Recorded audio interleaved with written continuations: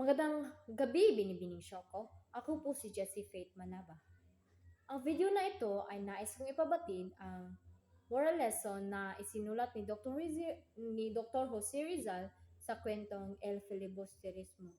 Isa sa mga aral na ito ay ang kahalagahan ng sapat na edukasyon, katulad ni Simon, dahil sa kanyang mga karanasan at malalim na pag-aaral.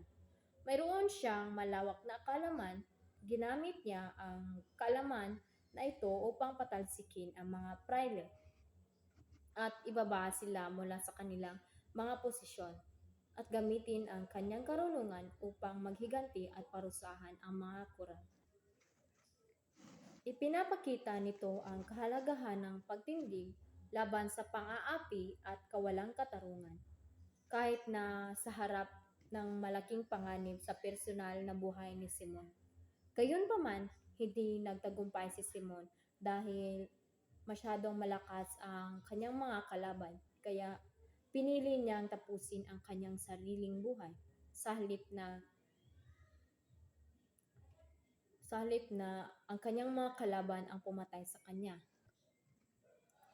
Sometimes anger can lead to doing bad things.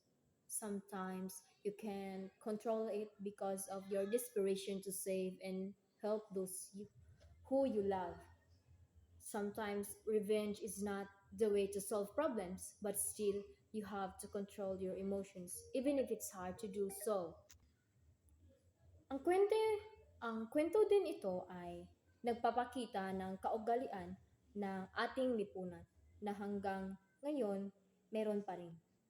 Nagpapakita ito ng mga pang-aapi ng mga mahihina, korupsyon at pang-aabuso ng kapangyarihan sa mga tao at sa lipunan.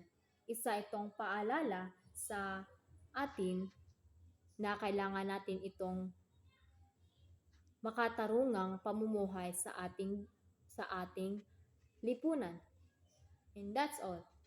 Yan lang po at maraming salamat. Binibining Shoko.